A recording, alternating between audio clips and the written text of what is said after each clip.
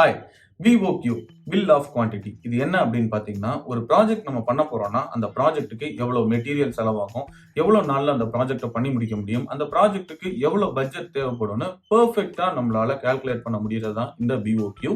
So இந்த BOQ வந்து மோஸ்டா தனி ஆர்கிடெக்சர் ஃபார்ம் வச்சிருக்கிறவங்களா இருக்கட்டும், இல்ல புதுசா ஸ்டார்ட் பண்றவங்களா இருக்கட்டும், இப்போ நம்ம கிட்ட ஒரு கிளைண்ட் வந்து இந்த மாதிரி அவங்களோட ரெக்குவயர்மெண்ட்டையும் சொல்றாங்க, சைட்டையும் சொல்றாங்க. நம்ம வந்து அதுக்கேற்ற மாதிரி ஒரு பிளான் வந்து ரெடி பண்ணி தர முடியும். இன்டீரியர் டிசைன் கேட்டா டிசைன் பண்ணி தர முடியும், லேண்ட்ஸ்கேப் கேட்டா டிசைன் பண்ணி தர முடியும், எலிவேஷன் நம்மளால டிசைன் பண்ணி தர முடியும். ஸோ அந்த மாதிரி டிசைன் ரிலேட்டடா எல்லா விஷயமே நம்மளால ஈஸியா பண்ணி தர முடியும். பட் நம்ம கிட்ட கிளைண்ட் வந்து இதுக்கு எவ்வளவு செலவாகும்னு கேட்டா, அதுக்கு ஒரு ஸ்கொயர் ஃபீட்டுக்கு இந்த ரேட் அப்படின்னு சொல்றது வந்து அவ்வளவு ப்ரொஃபஷனலான்னு கேட்டா இல்லைன்னு தான் சொல்லணும். ஏன்னா மோஸ்ட் ஆஃப் த ஆர்கிடெக்சர் ஃபார்ம்ல வந்து என்ன பண்ணுவாங்க அப்படின்னு பாத்தீங்கன்னா, இந்த மாதிரி ஒரு ஸ்கொயர் ஃபீட்டுக்கு இந்த ரேட்ன்றதை சொல்ல மாட்டாங்க. ஃபர்ஸ்ட் வந்து கிளைண்டோடைய ரெக்குவயர்மெண்ட்டை அண்டர்ஸ்டாண்ட் பண்ணி அதுக்கேற்ற மாதிரி ஒரு பிளான் நம்ம ரெடி பண்ணுவோம். அந்த பிளான்ல எங்கெங்க என்னென்ன மெட்டீரியல் யூஸ் பண்ண போறோம், எவ்வளவு குவான்டிட்டி மெட்டீரியல்ஸ் யூஸ் பண்ண போறோம், அதுக்கு எவ்வளவு பட்ஜெட் செலவாகும், இதெல்லாம் கன்ஸ்ட்ரக்ட் பண்ணி முடிக்கிறதுக்கு எவ்வளவு நாள் ஆகும் அப்படின்ற இன்ஃபர்மேஷன்ஸ் எல்லாத்தையுமே ரொம்ப பெர்ஃபெக்ட்டா அந்த BOQ மூலியமா நம்ம ரெடி பண்ணுவோம். இதான் வந்து மோஸ்ட் ஆஃப் த ஆர்கிடெக்சர் ஃபார்ம்ல வந்து நடக்குது. ஏன்னா இப்போ ஒரு ஸ்கொயர் ஃபீட்டுக்கு எக்ஸாம்பிள் 2000 வச்சுக்கோங்களேன். அதுல கவர் ஆகிற பிளேஸ் கொஞ்சம் இருக்கும், கவர் ஆகாத பிளேஸ் கொஞ்சம் இருக்கும். ஸோ இந்த மாதிரியான ப்ராப்ளம் எல்லாத்தையும் சார்ட் அவுட் பண்ணி இவ்வளவுதான் பட்ஜெட் அப்படின்ற கிறிஸ்டல் கிளியரா, பட்ஜெட் மட்டும் கிடையாது, இந்த மாதிரி மெட்டீரியல்ஸ் இவ்வளவு ஆக போகுது, இவ்வளவு நாள்ல முடிக்க போறோம், டேஸ் முதற்கொண்டு ப்ராப்பரா ஒரு ப்ராஜெக்ட் எடுத்தோம் அப்படின்னா அந்த ப்ராஜெக்ட்டுக்கு இவ்வளவு நாள்ல முடிய போகுது இந்த ப்ராஜெக்ட், இவ்வளவு மெட்டீரியல்ஸ் இதுல நாங்க யூஸ் பண்ண போறோம், ஸ்டெப் பை ஸ்டெப் ப்ரொசீஜர் இதுதான், இந்த ப்ரொசீஜருக்கு இந்த அமௌண்ட் செலவாகும், ஸோ ஓவராலா உங்களுக்கு இவ்வளவு அமௌண்ட் செலவாகும்னு ப்ராப்பரா கன்ஸ்ட்ரக்ஷன் ஸ்டார்ட் பண்றதுக்கு முன்னாலேயே ஒரு பில் பண்ணி தர்றதுதான் இந்த BOQ.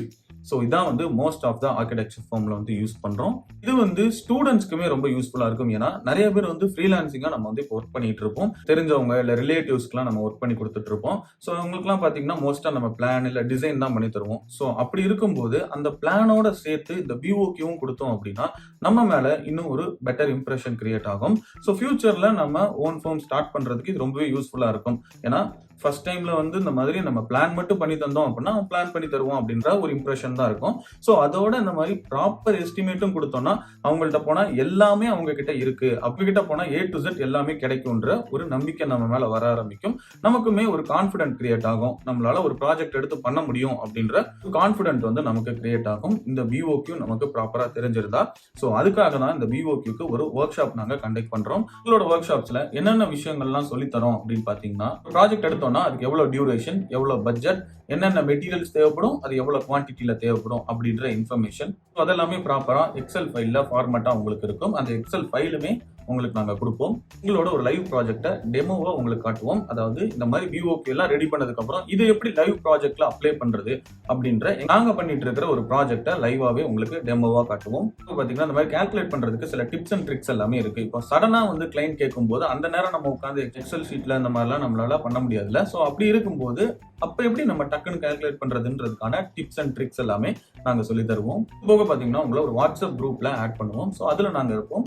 உங்களோட டவுட்ஸ் எல்லாத்தையுமே அதுல நம்ம கிளியர் பண்ணிக்கலாம். இந்த ஒர்க் ஷாப் வந்து 4 நாள் நாங்க கண்டக்ட் பண்றோம். May 7th, 8th, 13th, 14th இந்த 4 நாள் நாங்க வந்து கண்டக்ட் பண்றோம். இது வந்து சாட்டர்டே சண்டே வீக்கெண்ட் தான் நாங்க வந்து இந்த ஒர்க் ஷாப்பை கண்டக்ட் பண்றோம். ஸோ உங்களுக்கு கன்வீனியன்ட்டாகவும் இருக்கும் ஜாயின் பண்றதுக்கு.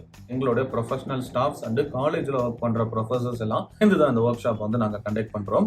ஸோ இதுல நீங்க ஜாயின் பண்ணணும்னு நினைச்சீங்கன்னா எங்களுடைய அட்மிஷன் ஃபார்மோட லிங்க் கீழே டிஸ்கிரிப்ஷன்ல இருக்கு. ஸோ அதை கிளிக் பண்ணி நீங்க அந்த ஃபார்ம் ஃபில் பண்ணுங்க. ஃபர்தர் இன்ஃபர்மேஷன்ஸ் எதுவும் தெரிஞ்சுக்கணும்னு நினைச்சீங்கன்னா எங்களுடைய நம்பர் கீழே டிஸ்கிரிப்ஷன்ல இருக்கு. ஸோ எங்களுக்கு நீங்க டைரக்டாவே கால் பண்ணி நீங்க தெரிஞ்சுக்கலாம், இல்ல வாட்ஸ்அப் பண்ணாலும் வாட்ஸ்அப் பண்ணலாம். ஸோ உங்களோட ஃப்ரெண்டு, உங்களோட கொலீக்ஸ்க்கு இந்த வீடியோவை ஷேர் பண்ணுங்க. ஏன்னா BOQ ரொம்ப ரொம்ப இம்பார்ட்டன்ட் ஃபார் ஆர்கிடெக்ட்ஸ்.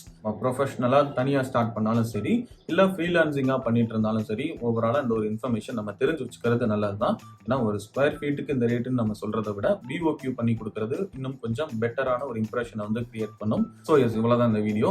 வேற ஏதாவது டாபிக் பத்தின இன்ஃபர்மேஷன் வேணா அது என்னன்றதை கமெண்ட் பண்ணுங்க. அண்ட் அடுத்த வீடியோல பார்ப்போம். Until then, bye from Architect Lingesh.